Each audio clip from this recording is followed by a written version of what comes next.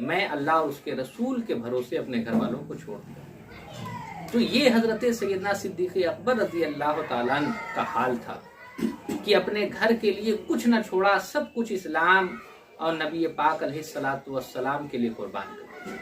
تو یہ وہ ساری چیزیں ہیں جو آپ کو اور صحابہ پر سبقت دیتی ہیں، برتری دیتی ہیں کہ اور صحابہ نے وہ کام انجام نہیں دیے جو حضرت سیدنا صدیق اکبر رضی اللہ تعالیٰ عنہ نے کیا۔ پھر نبی اکرم صلی اللہ علیہ وسلم نے گاہے بگائے حضرت سیدنا صدیق اکبر رضی اللہ تعالیٰ عنہ کی فضیلت جو بیان کی ہے وہ اور صحابہ کی بیان نہیں کی۔ نبی پاک علیہ الصلوۃ والسلام نے حضرت سیدنا صدیق اکبر رضی اللہ تعالیٰ عنہ کے بارے میں یہ بھی فرمایا کہ جتنے لوگوں کا مجھ پر احسان تھا میں نے دنیا ہی میں ان کو اس کا بدلہ دے دیا، لیکن سیدنا صدیق اکبر کا احسان اتنا زیادہ مجھ پر ہے کہ قیامت کے دن اللہ تعالیٰ ان کے احسانوں کا بدلہ دے گا۔ تو اس طرح بہت سی ایسی چیزیں ہیں جو حضرت سیدنا صدیق اکبر رضی اللہ تعالیٰ عنہ کو اور صحابہ سے ممتاز کرتی ہیں اور تمام صحابہ میں سب سے افضل قرار دیتی ہیں۔ حضرت ایک واقعہ کی حضرت ابو بکر صدیق رضی اللہ تعالیٰ عنہ نے حضور کی موجودگی میں امامت فرمائی اور نبی پاک صلی اللہ علیہ وسلم نے ان کی ابتدا میں بظاہر نماز ادا فرمائی، تو کتنی بار ایسا معاملہ پیش آیا؟ روایتوں میں تو یہ آتا ہے کہ جب نبی اکرم صلی اللہ تعالی علیہ وسلم اپنے مرض الموت میں تھے، یعنی آپ کی زندگی کا آخری حصہ، ظاہری زندگی کا آخری حصہ تھا، تو حضرت ابو بکر صدیق رضی اللہ تعالیٰ عنہ کو میرے آقا صلی اللہ علیہ وسلم نے اپنے مصلی پہ کھڑا کیا۔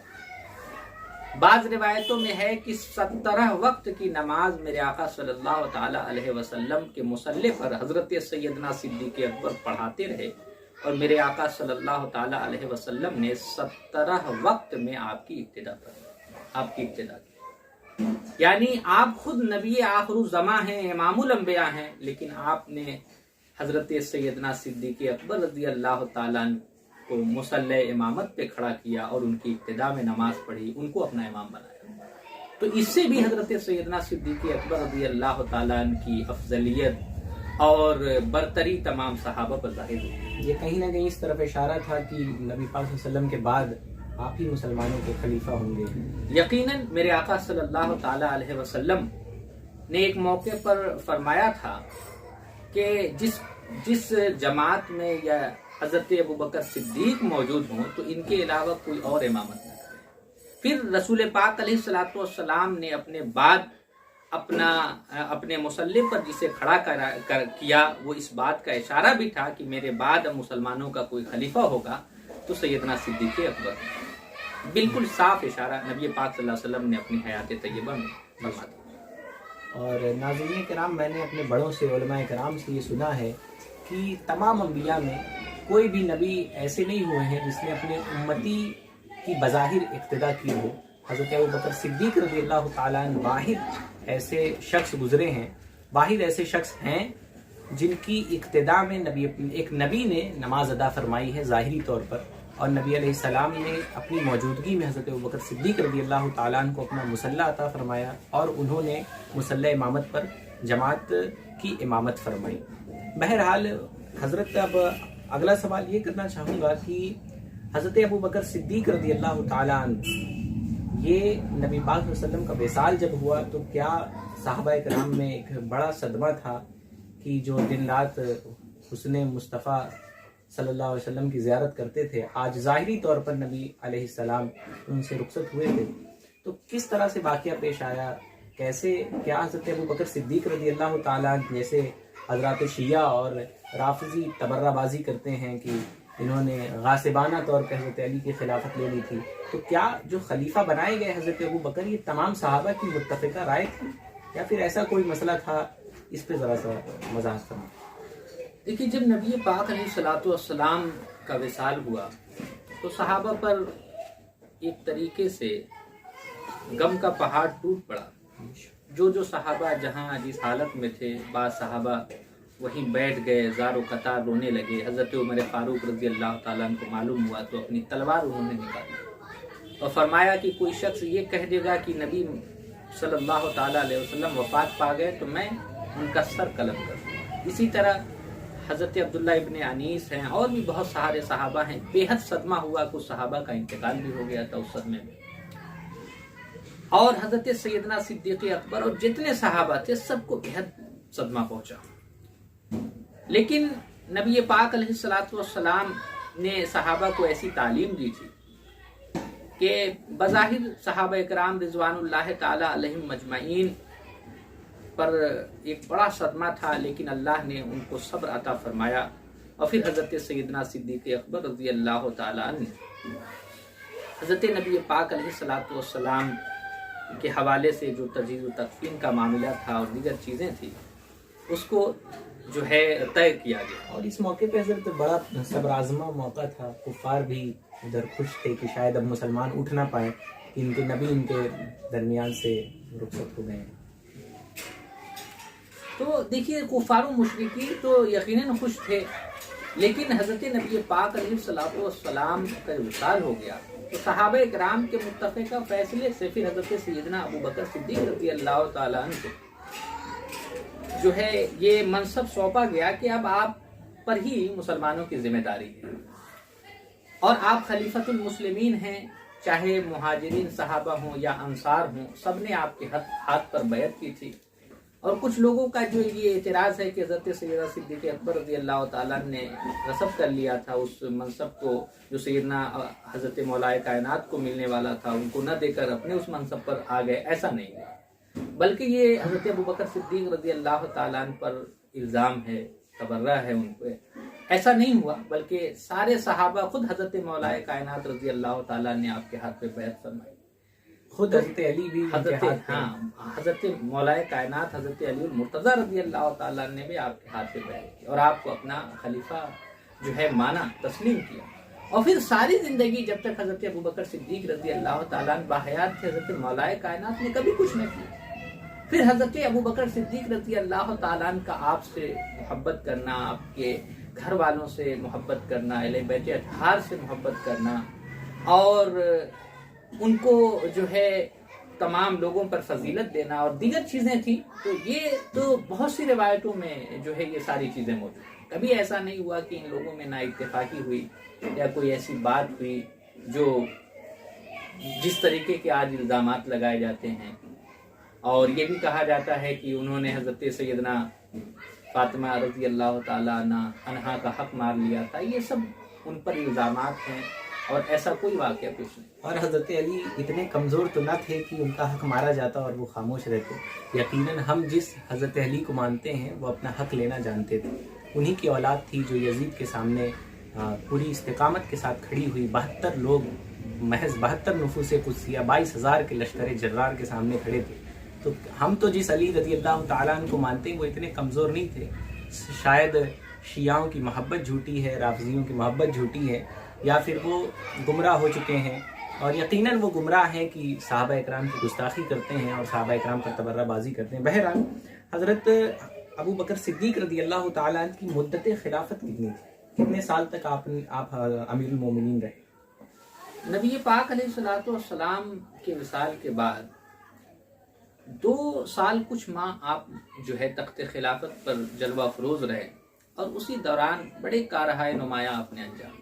جن لوگوں نے اسلام کے احکام کو چھوڑ دیا تھا یا زکوٰۃ کے منکر ہو گئے تھے، اس طرح بہت سے ایسے فرقے وجود میں آ گئے تھے اسی وقت جن کے خلاف آپ نے جنگ کی اور آپ نے لشکر بھیجے. اسی زمانے میں کچھ ایسے لوگ بھی اپنے سروں کو بلند کیے جنہوں نے جھوٹا نبوت کا دعویٰ کیا، جس میں مسلمہ کذاب اور بھی.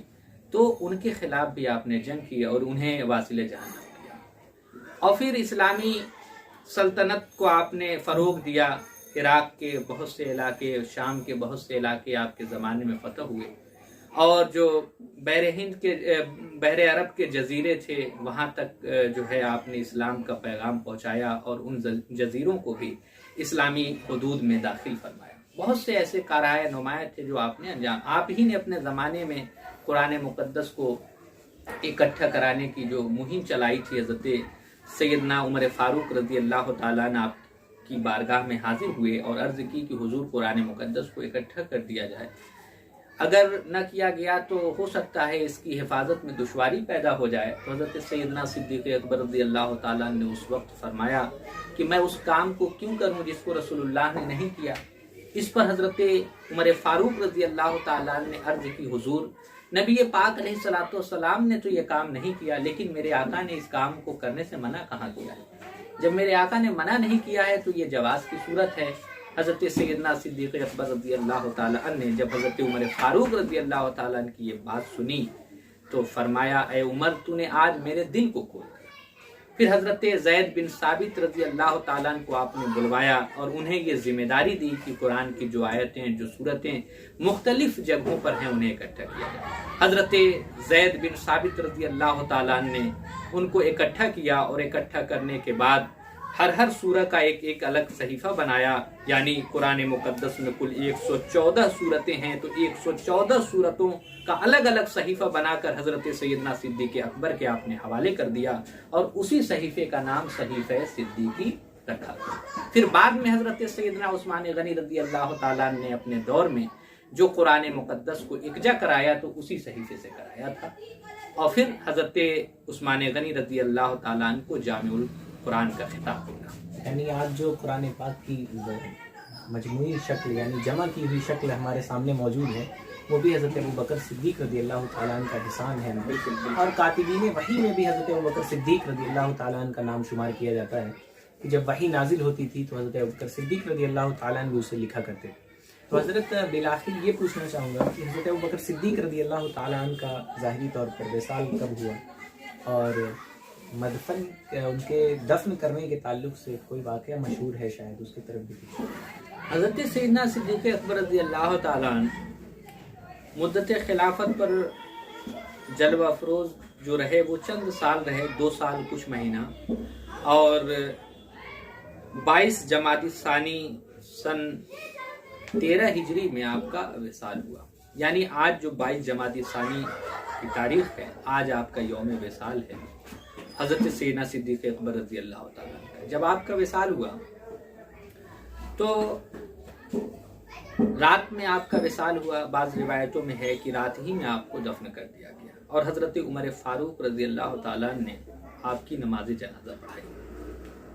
یہ پیغام صحابہ نے دیا کہ چاہے کوئی کتنا بھی بڑا ہو، عظیم ہو، جو رسول پاک علیہ الصلوۃ والسلام کا حکم ہے کہ میت کو دفن کرنے میں جلدی کرو، تو صحابہ نے عمل کر کے اس چیز کو دکھایا.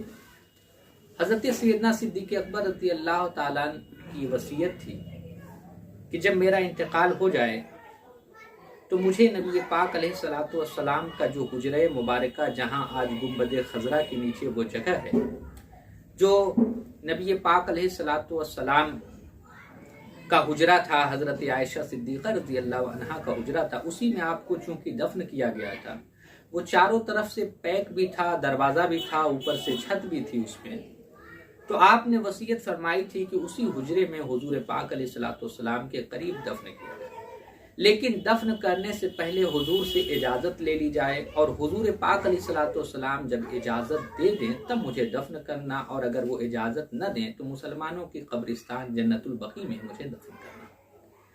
جب آپ کا وصال ہو گیا تو آپ کے جنازے کو لے کر صحابہ اکرام حضور پاک علیہ الصلوۃ والسلام کی قبر اطہر کے پاس، آپ کے حجرہ پاک کے پاس حاضر ہوئے اور عرض کی یا رسول اللہ، حضرت ابوبکر صدیق رضی اللہ تعالیٰ عنہ آپ کے قریب دفن ہونا چاہتے ہیں، اگر اجازت ہو تو ہم انہیں دفن کر دیں. تو قبر رسول سے آواز آئی کہ ایک محبوب کو دوسرے محبوب سے ملا دو، اور دروازہ کھل گیا.